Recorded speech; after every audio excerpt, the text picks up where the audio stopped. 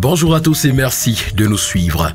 À la grande une du quotidien Capitaux Public ce matin, Cameroun Tribune, tout baigne dans la relation entre le Cameroun et le Tchad.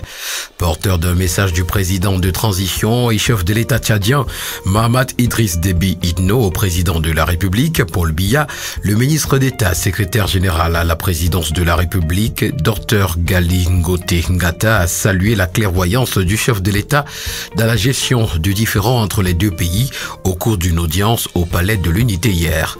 L'information ce matin est à retrouver des pages 2 à 3. En petite une, on parle de fer à béton. Attention à la qualité. Selon l'Organisation camerounaise des industries de transformation de l'acier, en circulation du matériau dangereux parce que ne répondent pas aux normes. Les usagers sont appelés à plus de vigilance en attendant l'action des pouvoirs publics. Le bi-hebdomadaire Le Témoin, qui parle ce matin de la hausse du prix du gaz naturel, nous présente le nom catégorique de Luc Magloire Baga à Tangana. Le constat est clair. Le ministre du Commerce n'entend pas exposer les Camerounais davantage à la rigueur de la vie chère.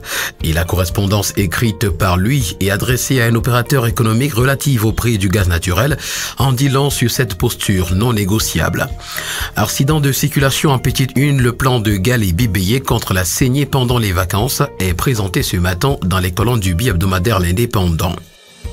Le journal Breaking News en kiosque ce matin parle également de l'augmentation du prix du gaz naturel et la spéculation des prix en nous présentant la réponse du berger à la bergère. Le prix du marché des hydrocarbures gazeux vendus sur le marché domestique est soumis à la procédure d'homologation préalable par le ministère chargé des prix. Voilà la réaction du gouvernement face à la décision unilatérale de la société Gaz du Cameroun et en violation des textes de procéder à l'augmentation des prix au risque de suspendre l'approvisionnement des clients qui s'y opposeraient. L'information est à retrouver en page. En petite une, on parle de l'emprunt obligataire persuasif.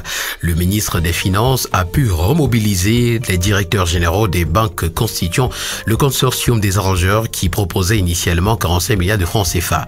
Sa force de persuasion a plutôt produit 102 milliards de francs CFA de leur enveloppe. Très encourageant, nous indique ce matin en page 4 le journal Breaking News. Le journal à caractère satirique Le Popoli ce matin parle de l'affaire Savannah Énergie et titre le Golgotha de Moudiki. Et pour une grande première, le roi du pétrole a subi le plus gros revers de sa carrière. Qatar Airways veut remorquer Camerco, nous renseigne également ce matin Le Popoli en petite une. Le tri-hebdomadaire Le Soir, dans son édition spéciale, parution de ce matin, s'intéresse au 15e anniversaire de la rétrocession de Bakassi au Cameroun. Paul Biya sera honoré à Yaoundé. Cet événement, couplé à la 3e édition des Awards de l'avenir, se tiendra le 14 août prochain au Hilton Hotel de Yaoundé sous le thème Paul Biya, le sage africain, en présence de 15 pays africains. L'événement, organisé conjointement par l'Agence camerounaise de communication et le réseau des patrons de la presse du Cameroun, sera retransmis en direct par une dizaine de chaînes de télévision africaines. Le quotidien Nouvel Horizon est intéressé ce matin à sa grande une par le conflit russo-ukrainien.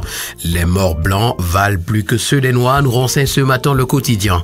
La communauté africaine dans son entièreté s'indigne de l'attitude de certains chefs d'États africains. Des millions de morts au Congo, au Niger, au Sud-Soudan, au Mali, au Sénégal, au Sahel, au Cameroun. On ne voit pas les chefs d'État africains s'indigner, encore moins faire des commémorations officielles. À l'Union africaine, c'est le mutisme total. On ne voit pas non plus l'Union européenne poser des gerbes de fleurs à la mémoire des morts africains, mais pour des morts européens sur le sol européen, des chefs d'État africains vont se prosterner.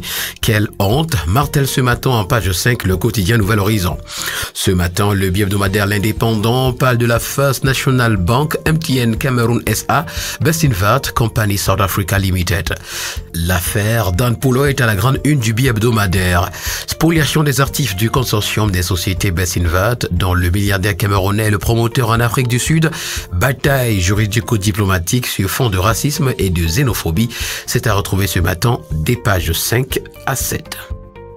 Le quotidien bleu d'Amalmana Le Jour, qui parle également de l'affaire Dan Poulo, s'interroge à sa grande une. Qui a le droit d'agir comme institution séquestre? La décision de justice rendue le 30 mai 2023 par Eyango, Dibobé et Poupa n'a pas fini de faire couler encre et salive. C'est à retrouver en page 6. Patrimoine ce matin en petite une exposition sur l'indépendance du Cameroun. Basketball, monsieur, Fab de Yaoundé, champion du Cameroun 2023. La Terre Promise Hebdo, qui parle également de la saisie des comptes de MTN, nous indique que tout est conforme à la loi. C'est la position soutenue par les conseils de Baba Amadou Dan Poulo et Best Invad Company South Africa, qui établissent par ailleurs un lien juridique entre la First National Bank d'Afrique du Sud et MTN.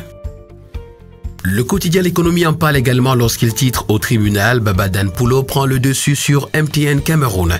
Le feuilleton judiciaire qui oppose l'homme d'affaires camerounais et la banque sud-africaine First National Bank est loin d'être à son épilogue. En petite une, on parle d'exportation frauduleuse, des cargaisons de cacao à destination du Nigeria saisies par la douane. Le quotidien de la santé, Éco-Santé ce matin, s'intéresse à l'hôpital régional de Maroua et nous renseigne que de nouveaux services y sont disponibles. Le gouverneur de la région de l'extrême nord, Mediyawa Bakari, les a visités le jeudi 15 juin 2023. Il s'agit notamment de 2 blocs opératoires gynéco-obstétriques, du service de néonatologie, de l'unité des urgences pédiatriques et du restaurant. L'information, vous l'aurez en parcourant la page 6 du quotidien. En petite une, on parle du village de l'amour, les pensionnaires en excursion dans la capitale. À la grande une du bi-hebdomadaire Le Point ce matin, Minebdet, Pierre Hélé, contesté. D'après le commentaire que fait le bi-hebdomadaire ce matin, entre un affaiblissement évident et un laxisme avéré, le ministre de l'Environnement, de la Protection de la Nature et du Développement durable, après 4 décennies dans les arcanes du pouvoir, semble avoir contaminé l'inertie à tout un département ministériel qui a pourtant de nombreux défis à relever. Ceux qui osent vouloir changer la donne passent malheureusement par la moulinette. C'est terrible, nous renseigne ce matin le bi-hebdomadaire Le Point qui parle de la crise et de la gestion à la FECAFOOT, la gêne. Et puis série Colcase, Ernest Ouandier. Le quotidien Info Matin parle de partenariat académique ce matin. 16 boursiers de l'IAI Cameroun pour la Chine. Pour le quotidien Mutation, on parle d'hôpitaux publics. Grève en rechute, titre ce matin le journal. Alors qu'on croyait le débrayage en voie d'être désamorcé, les blouses blanches sont passées à la vitesse supérieure hier. Le gouvernement est dos au mur. L'information est à retrouver en page 5. Imprimerie nationale, Oyonobika, nouveau directeur. LGBT+, pression sur le Cameroun, s'interroge en page 12. Le quotidien Mutation. Et puis terminons ce jour avec le quotidien Vert Émergence qui parle de football et nous renseigne que la FECAFOOT est dans la tourmente. C'est à retrouver en page 3. Religion, la fête du mouton aura lieu le 28 juin. Et puis exportation frauduleuse du cacao vers le Nigeria, le Cameroun estime ses pertes à 70 milliards de francs CFA. Mesdames et messieurs, voilà qui met en terme à cette autre sortie de la revue de la presse camerounaise. Merci d'avoir été à l'écoute et rendez-vous demain pour une nouvelle édition. D'ici là, portez-vous bien. Agréable journée à tous.